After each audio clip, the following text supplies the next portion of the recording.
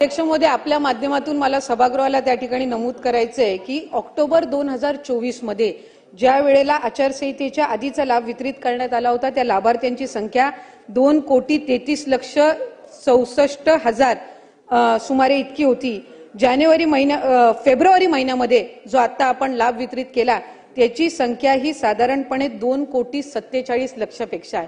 याचा अर्थ असा की आचारसंहितेच्या आधी 2,33,00,000 होती आणि आता 2,47,00,000 आपण महिलांना लाभ हा त्यांच्या खात्यामध्ये जमा केलेला आहे।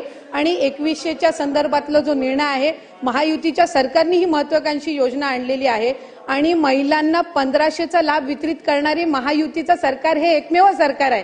त्याच्यामुळे त्यांच्या आयुष्यामध्ये हा जो आनंद आहे हा अशाच पद्धतीने ही योजना राहणार आहे आणि 2100च्या संदर्भातला योग्य तो निर्णय आमचे मुख्यमंत्री देवेंद्र फडणवीस साहेब आणि दोन्ही उपमुख्यमंत्री योग्य वेळी घेतील।